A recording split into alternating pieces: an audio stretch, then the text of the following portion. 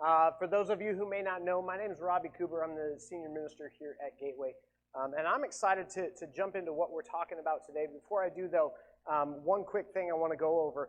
We got a really cool opportunity coming up next Sunday right here at the church. Next Sunday from 4:30 in the afternoon until about 7 o'clock that night, we will be hosting a dinner called Empty Bowls. And I want to make sure you understand what that is. It's really exciting. I learned a little bit more about Empty Bowls this week. And what it is, it's a fundraiser that we take part in every year, but so do several other churches throughout the community. And it is a fundraiser to support 3 organizations in our community that address food insecurity. And here's something I didn't know, is that did you know there are 58,000 families a year in the Clarksville area that experience food insecurity. And it's one of those things that I knew it was a problem, but didn't realize until I actually heard the numbers. 58,000 families each year in our community that experience food insecurity. And so there are 3 organizations that are supported through this fundraiser that are working to address that. One of those is Loaves and Fishes.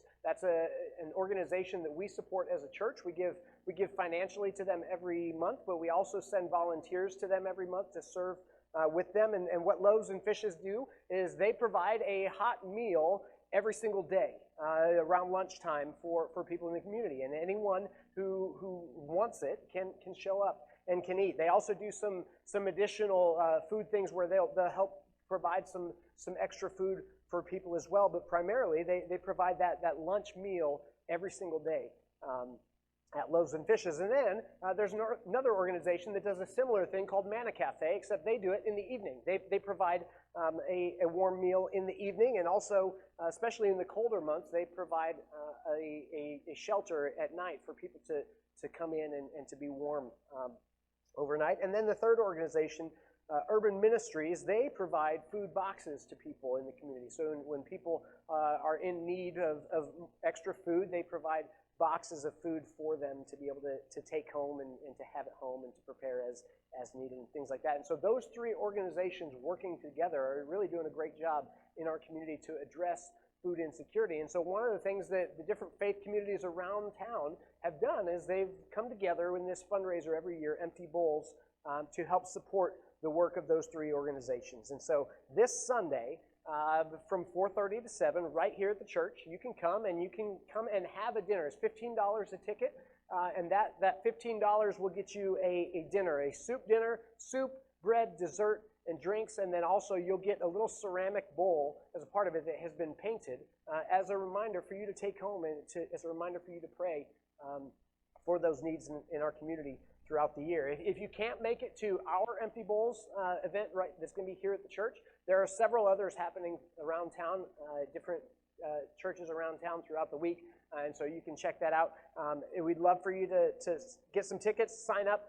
You can do that online, or you can do it in our church app as well. If you go under upcoming events in the app in Church Center, you can find the link there, and so I'd encourage you to do that this week. So we want to pray for that before we jump into the message and what we're going to be doing for the rest of the morning. Let's pray together.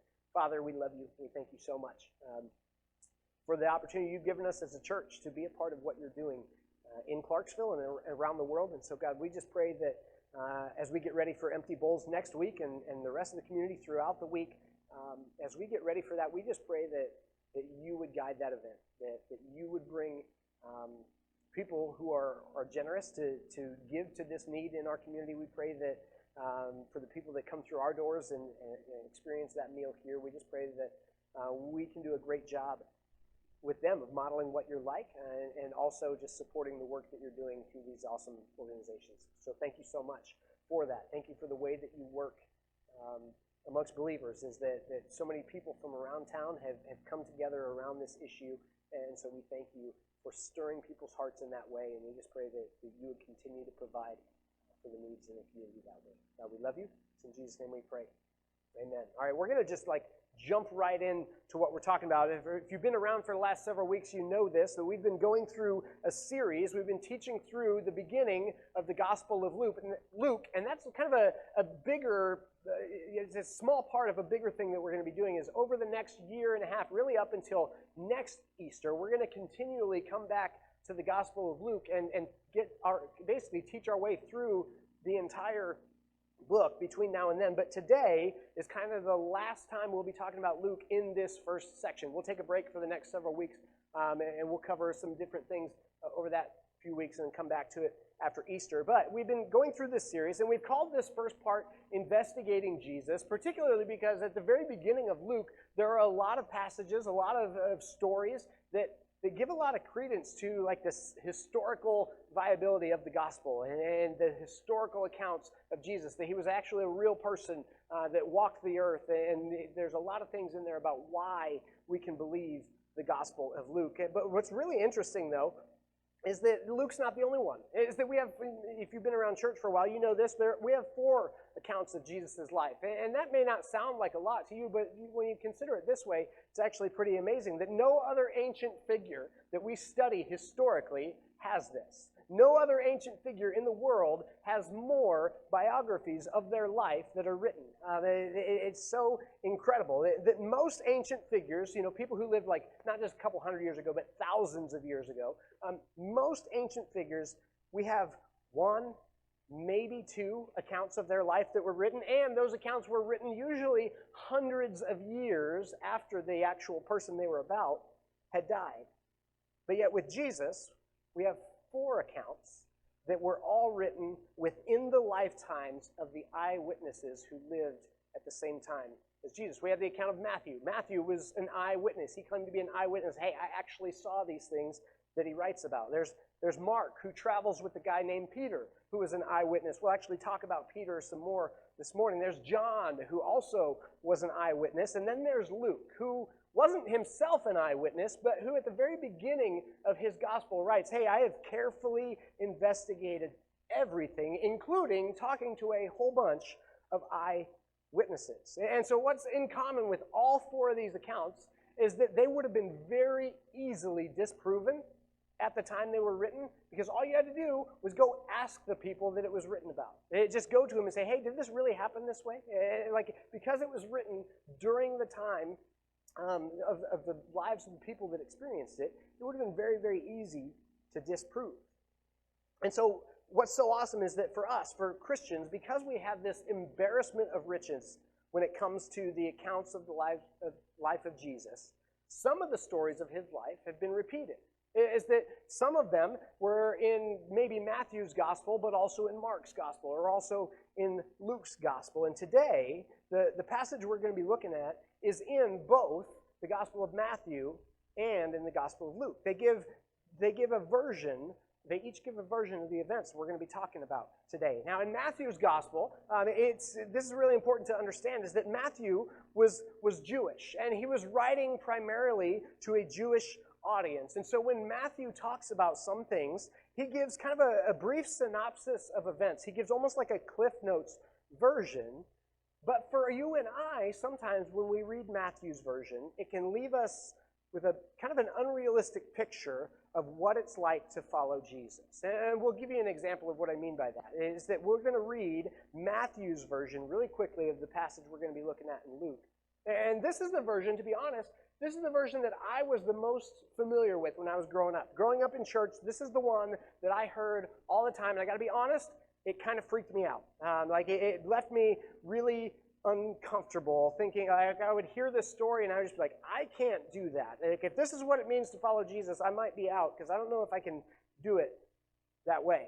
And so we're going to read that story, but then we're going to go to Luke. And we're going to read the same story, but we're going to focus on some of the details that Luke shares there and the differences. So I need you to remember this. Remember that Matthew is writing to Jewish people who already had faith in God, and they didn't need a lot of details when it comes to things that highlight what God is able to do. They had an understanding of that already. But Matthew chapter 4, verse 18, this is how Matthew tells this story. He says, as Jesus was walking beside the Sea of Galilee, he saw 2 brothers, Simon called Peter and his brother Andrew. They were casting a net into the lake, for they were fishermen. Come, follow me, Jesus said, and I will send you out to fish for people. At once, they left their nets and followed him. Like, I hear that, and I'm like, what? That sounds crazy. Like, this guy just walks by and says, hey, come follow me and stop your work. And they just do it. They just drop everything and yeah, we're going to follow you. Like, that sounds absolutely crazy. And then it gets worse from there, to be honest. Verse 21. Going on from there, he saw two other brothers, James, son of Zebedee, and his brother John. They were in a boat with their father Zebedee preparing their nets. Jesus called them, and immediately they left the boat and their father and followed him. Like, they just up and leave their dad. That does not seem very spiritual. To be honest, it seems pretty irresponsible. Like, hey, Dad, there's a guy in sandals. See you later. We're going with them. Like, they just drop everything and they leave their dad to take care of the family business. It seems absolutely crazy. Now, when I grew up and I would hear someone teach about this story, this account in Jesus' life, it always sounded like, well, hey, if you really love Jesus, then you'll just give up everything and you'll follow Jesus no matter what, because, and maybe you've heard this saying before, somebody would say, because if Jesus isn't Lord of all, then Jesus isn't Lord at all. I don't know about you, but like when I would hear that as like a middle schooler and a high schooler, I was like, and maybe we'll just go with not at all then, because that seems so extreme. Like, I don't know that I can just up and like leave my family. It seems absolutely crazy. And so I was really, really uncomfortable with that. Now, if you grew up in church, you hear that message of, like, yeah, leave everything to follow Jesus. And there's a part of you that goes, yes, that's what we should do, because you know how important that decision is. But then there's also another part of you that kind of pulls back and like, well, I know that's really difficult and it's really hard. And do we really ask people to just do that right out of the gate? And so there's this tension. And what's interesting is when you look at Jesus' life, you'll see that sometimes when he interacted with people, he encouraged them to leave everything to follow him. But other times when he interacted with people, he does so with like this incredible amount of patience. And he's so slow with them and gentle in what he asks of them. So I always thought Matthew's account was weird. But the good news is that Matthew's story, it's not the whole story. I mean, yes, that's what happened, but that's not all of what happened. So now we're going to take a look at Luke's account. And what's great about Luke's account is that Luke, he's writing to people like you and I. He's writing to Gentiles. He's writing to people who are not Jewish, people who don't already have big faith, people who maybe need a little bit more information before they're ready to abandon the family business. And so Luke, who begins his gospel, like I said, by saying, hey, I thoroughly researched everything. I thoroughly investigated all of this. I talked to everybody I could, and here's the rest of the story. Here's how Luke tells this story. It's Luke chapter 5. It begins in verse 1. This is what he writes. One day, as Jesus was standing by the Lake of Gennesaret, Lake of Gennesaret is just another name for the Sea of Galilee, same place. One day while Jesus was standing by the lake, the people were crowding around him and listening to the word of God. Now that sounds a lot different from what Matthew said. Matthew made it sound like he's just like walking by, and Luke says, no, he's actually there, and he's not walking by, he's teaching a group of people, he's preaching. So there's a little bit more going on, which is so interesting that that's how he's teaching, because that's what we see when people are called to follow Jesus, is that following Jesus always begins with information. Following Jesus does not begin with, hey, leave your entire world and your lifestyle and everything and just start blindly following this guy. This is important because, to be honest, if you are ever part of a religion or even maybe a part of a church that says, hey, don't ask questions, just believe, you need to run away. Like, that's not a good thing. Real faith and real Christianity is built on truth. It's built on teaching. It's built on learning. It's not just built on faith. Faith is great. It's an important part of things, but it's not built, especially not built on blind faith. See, Jesus, when he taught, he introduced the idea of faith through information, through teaching, through listening. So Jesus, we see him teaching. He's teaching next to the Sea of Galilee. Verse 2, he saw at the water's edge two boats left there by the fishermen who were washing their nets. And so these fishermen are there, they're washing their nets. On the Sea of Galilee, you would fish at night, and then in the morning you would come ashore and you would take your nets out and you would stretch them out on these big wooden poles that were on the shore, and they'd be kind of lifted up above, and you would go through and you would clean. So you'd pull out all the seaweed and the beer cans and the sunglasses that got caught in it. You'd pull that out, and you'd clean the nets, you'd dry them off, and then you'd roll it up, and you'd store them until the next night when you were going to go out fishing again. So that's what these guys are doing when Jesus sees them. Verse 3. He got into one of the boats, the one belonging to Simon. Simon's Peter. The one belonging to Simon, and asked him to put out a little bit from shore. Then he sat down and he taught the people from the boat. I imagine that conversation going something like this. Hey, Peter, can I inconvenience you for a minute? Can I borrow your boat?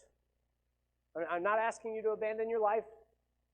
I just want to borrow your boat. And then he gets in the boat and he teaches, because faith comes by hearing. Faith always comes through teaching. Following begins with listening. Faith is built around information. It's built around getting your questions asked. All of your questions may not always get answered, but you get your questions asked. Verse 4, it goes on. When he had finished speaking, he said to Simon, what do you think he said? What do you think, after he gets done teaching, he's sitting in this boat teaching the people on the shore, what do you think he says to him? To be honest, he could have said anything. He could have turned to Simon and been like, hey, did you like that sermon? Well, then leave your family. Like, it was a good sermon. It was good enough. Let's go. Let's just leave everything. I mean, at least at this point, Peter's been listening. He's got a little bit of information. But Jesus doesn't do that. The next thing he says is this, continuing in verse 4. He says, put out into deep water and let down the nets for a catch. Now, this is so important. Don't miss this. He asks Peter to do something that Peter had done 1,000 times. He was a professional fisherman. He asked Peter to do something he had done 1,000 times, but he asked him to do it in a way that he'd never done it before. And there's a couple problems with this. First one is this. Jesus, I don't know if you realize what you just asked, but we just finished cleaning and drying our nets. Like we just did the thing that you do after you go fishing. Like this is the equivalent of like someone asks you to go four-wheeling and you're like, I just washed my truck. Or somebody asks you to go do something and you're like, they want you to do something at your house and you're like, I just got done cleaning. This is when somebody wants to bake cookies, like right when you're finishing the dishes. Like this is we just finished with that.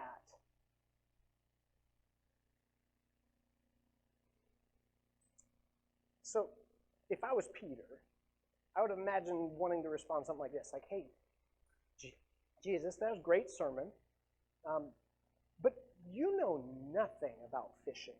Like, and I don't know if you're paying attention, but there's a crowd of people here. And when they see me fishing in the middle of the day, they're going to think I'm crazy. And so in that moment, Peter has to decide if he is going to trust Jesus. And so Peter, as he responds to Jesus, he's very nice. He knows that Jesus is this well-respected teacher. And matter of fact, Peter has already been traveling with Jesus for about a year. Jesus is a rabbi. He's a well-respected teacher, but to be honest, he's one of many in the area. And granted, Jesus was good. He was very good. But there's a ton of them. And so Simon, Peter, he's very, very diplomatic in his answer. Verse 5. Simon answered, Master, we've worked hard all night, and we haven't caught anything. But because you say so, I will let down the nets. He calls him master. In Greek, it's a different word. It doesn't mean exactly master, but it's a word that basically means, like a well-respected teacher, almost like maybe a kind of reverence just for somebody who has important standing in the community. This is a term that you use for somebody who has the respect of a lot of people. And so he uses that word of him, and then he points out the second problem. I said there were two problems. The second one was this. Back then on the Sea of Galilee, when they went fishing, they did it at night. The Sea of Galilee is very, very deep, and so during the day, when the sun comes out and it heats up the water, the fish will swim down deep to the cold water. But then if you're going to fish at night, that's when the fish will come up as the water cools off. They come up to the surface, and that's when you would fish with nets. And so that's why they were fishing at night. See, Peter is basically pointing out to Jesus, hey, we've just been fishing during the time when you're supposed to fish, and we didn't catch anything. And so they dried and they cleaned their nets, and then Jesus shows up and he says, hey, let's go fishing when you're not supposed to go fishing. Peter, I want you to do something you've done 1,000 times, but I want you to do it differently. I want you to do it my way. I'm not asking you to leave your family. I'm not asking you to leave the business. I'm just asking you to do something one time differently than you've ever done it before. And did you catch in Peter's response to him? He points out the reasons why he shouldn't, but then he says, but because you say so, I'll do this. Not because I think it's going to work. Not because this might ruin my reputation. Not because I think that we're going to actually catch anything. Not because this is a good use of my time. But because I've listened and I've spent some time with you, and because I have just enough respect for you, Jesus. I wouldn't do this for anybody else. But I'll do it because you said so. Now, knowing what we know about history and what happened in Peter's life after this, I want you to consider everything that hung in the balance of this little decision that Peter is faced with. See, the reason we even know who Peter is because in this moment he decided, this really isn't that big of a deal. I'm going to trust this guy with this one opportunity to do something that I've done 1,000 times a different way.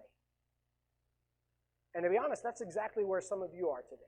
You've been feeling like this internal uncomfortableness, like an invisible elbow in the ribs that has been nudging you in a certain direction, and you have no idea what hangs in the balance of your decision to respond to that. All right, just imagine if for Peter that Jesus in that moment had maybe pulled back the curtain a little bit, had showed him some of the things that would come later in life. Like what if he said to him, hey Peter, just take me fishing, and if you do, look at this. Peter, that's your tomb. Like that whole thing, that's for you. It's called St. Peter's Basilica. And Peter, you're St. Peter. You're the guy that this whole gigantic building is going to be built for. It's going to be built right over the place where you're buried. And Peter, man, check out the inside. Look at this. It's absolutely incredible. Have you ever seen anything like this, Peter? This building is called the Miracle of the Renaissance. Peter, it's going to take them 118 years to build this thing in your honor. It's going to be named for you. Peter, will you take me fishing? Like, of course, yeah, absolutely. You can have my boat. Just take the whole thing. I don't care. Like, of course, he would have, if he had known what was coming, he would have said, sure, absolutely. But just like you and me, Peter had no idea what hung in the balance of a single decision to do something he'd done 1,000 times. But to do it in a way he'd never done it before, simply because Jesus asked him to. So the story goes on. Check this out, verse 6. When they had done so, they caught such a large number of fish that their nets began to break. When they had done so, not when they had believed so, not when they thought so, not when they intended so, not even when they prayed so. But when they had done so, because doing is what makes the difference when it comes to how you experience your faith. See, we talked last week about how, at the very end of the message, we talked about how some of you maybe have come to a place in your relationship with Jesus where, like, you want to believe or you want to trust him more, but you just don't, like, feel it yet. And I want to challenge you and say it's probably because there's something that you've been asked to do that you've not done. You've not done so. Maybe you've thought about it. Maybe you've talked about it. Maybe you've even prayed about it. But it's the doing that makes the difference in your experience with God. Goes on, verse 7. So they signaled their partners. They got this huge catch of fish. They signaled their partners in the other boat to come and help them. And they came and they filled both boats so full that they began to sink. When Simon Peter saw this, he fell at Jesus' feet and said, what do you think he said? Like, Dad, this is amazing. Like, bring the other boats. We need more. We need more. Like, this is so incredible. We've got so many fish. We're not going to have to work for like a month. Somebody, like, we need a refrigerated truck. Somebody go get a refrigerated truck to take care of all of this. See, the natural tendency for anyone in this situation would have been to be all geeked out about how much fish there were. But there's something else about what happened that caught Peter's attention. Verse 8, when Simon Peter saw this, he fell at Jesus' knees and said, "Go away from me, Lord. I am a sinful man." He doesn't call him master anymore. Not just a general term of respect. He calls him Lord. See, in that moment, Peter recognized, maybe for the first time, who Jesus was.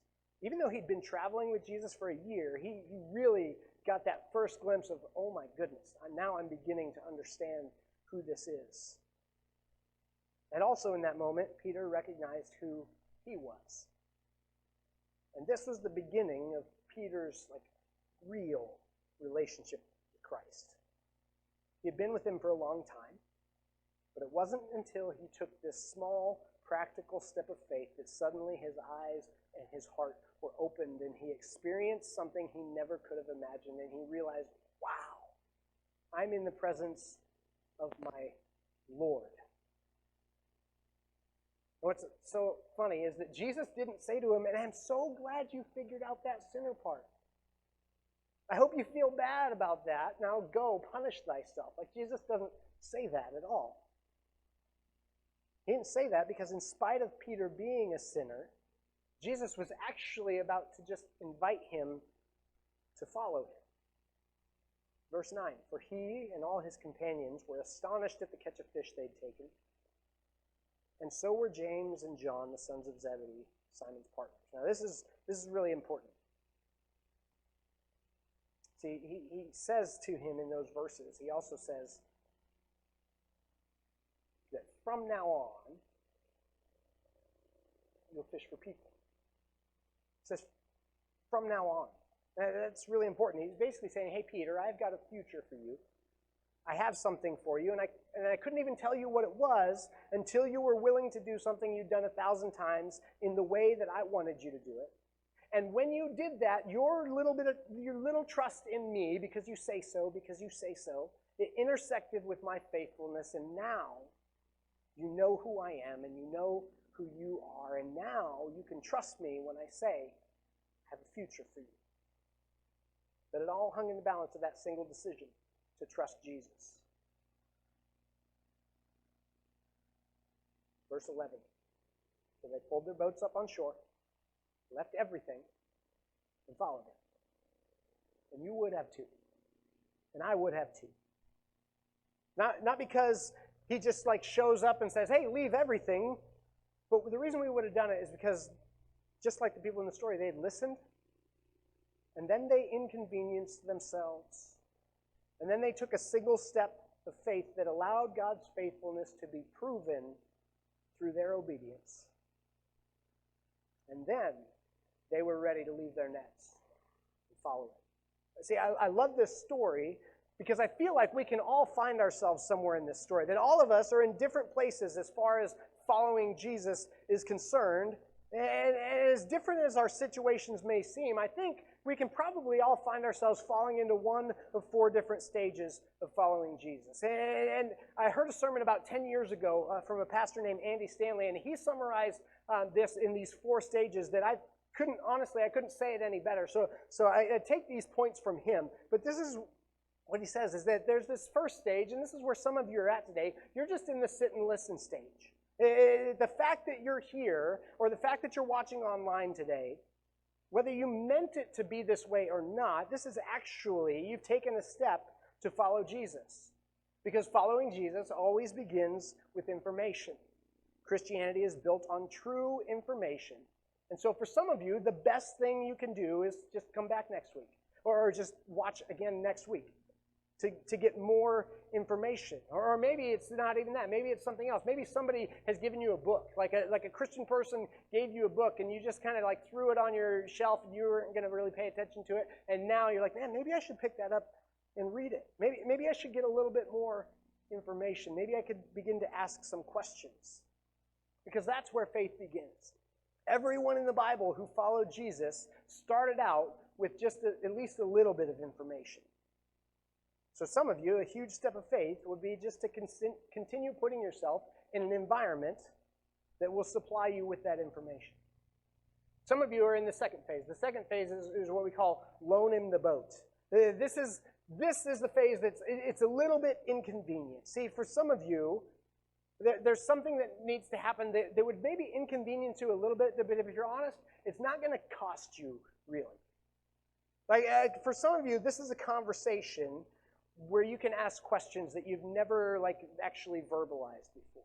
Some of you need to maybe do something else. Maybe some of you need to get a Bible, or you need to download YouVersion, and you need to begin reading the New Testament. I don't know if it's a conversation or if it's reading Scripture for you, or maybe it's something else. But whatever it is, it may be something that's inconvenient, but it's not really going to cost you anything.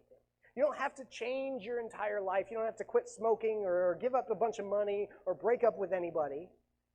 It's just that first step. It's just that step of inconveniencing yourself. Because you've been sitting and you've been listening for a while, and it's time to take that next step. Can I borrow your boat? Peter, I'm not stealing it. I'm not taking it. Can I borrow a little bit of your time? Would you be willing to read the New Testament on your own? Would you be willing to ask your questions with a Christian person that you know? Would you be willing to maybe even grab one of those Connect cards and write your question on there, and our staff will be happy to follow up with you, and maybe we can talk with you, and you can share your questions that way. Some of you need to loan him the boat. Others of you need to take him fishing. This is where it gets really exciting, to be honest, because your Heavenly Father, He wants you to do something that you've done 1,000 times, but He wants you to do it differently than you've ever done before. Most likely, it's going to be something that has to do with your relationships or your profession or your money. That God's wanting you to try doing something a little bit different at work, or to take a different approach at home, or to take a different approach with your finances. And here's how you know what that thing is for you.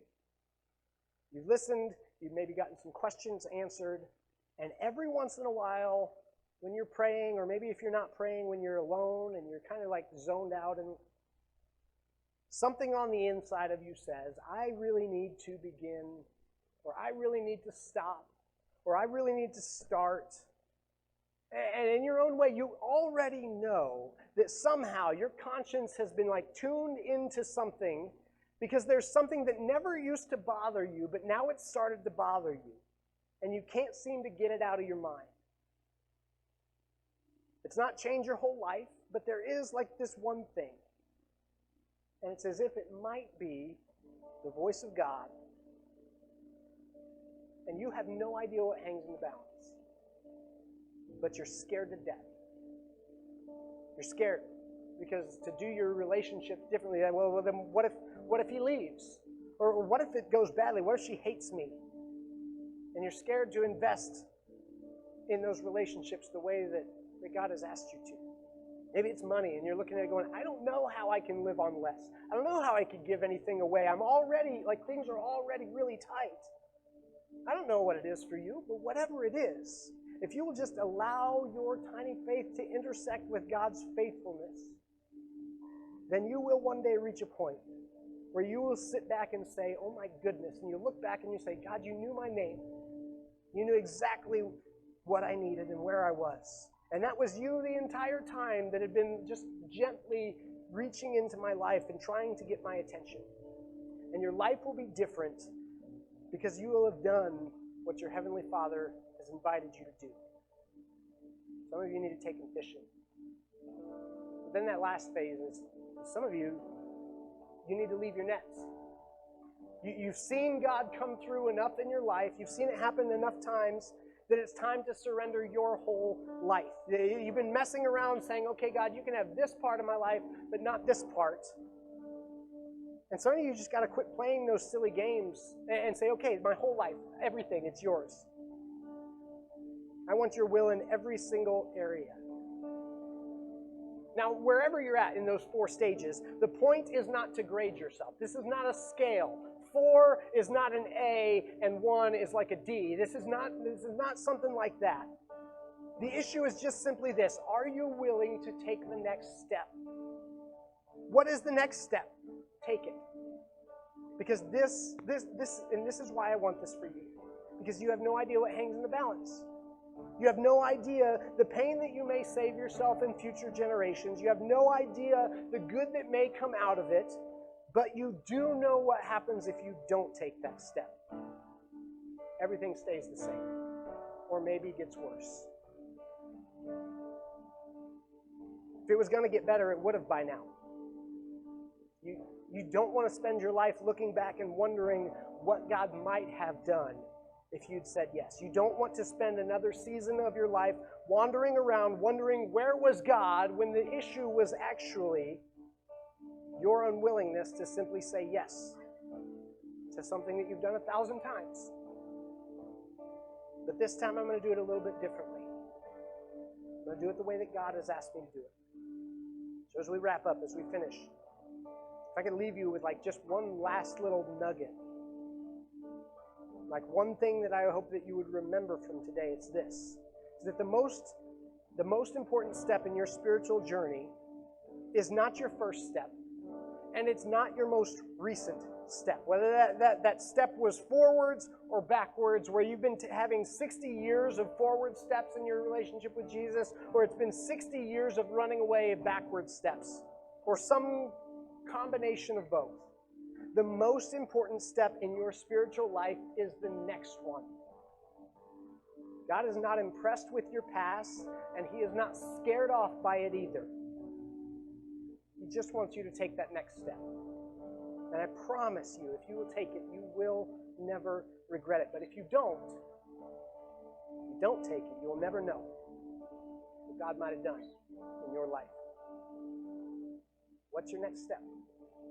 More importantly, will you take it? Let's pray. Father, we love you so much. God, thank you for your patience. I know that I'm so hesitant to take certain steps. That I've reached a place in life where I've reached a certain level of comfortability with you. But there's still times where I'm like, man, I just don't know.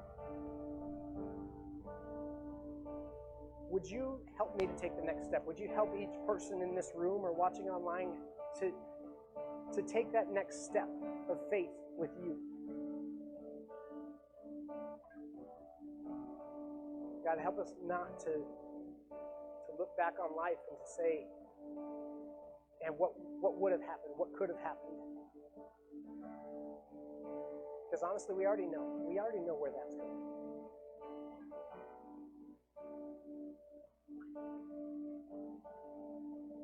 Thank you for your patience, your love for us.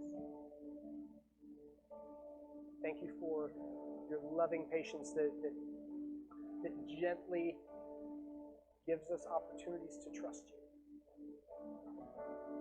Help us to take it.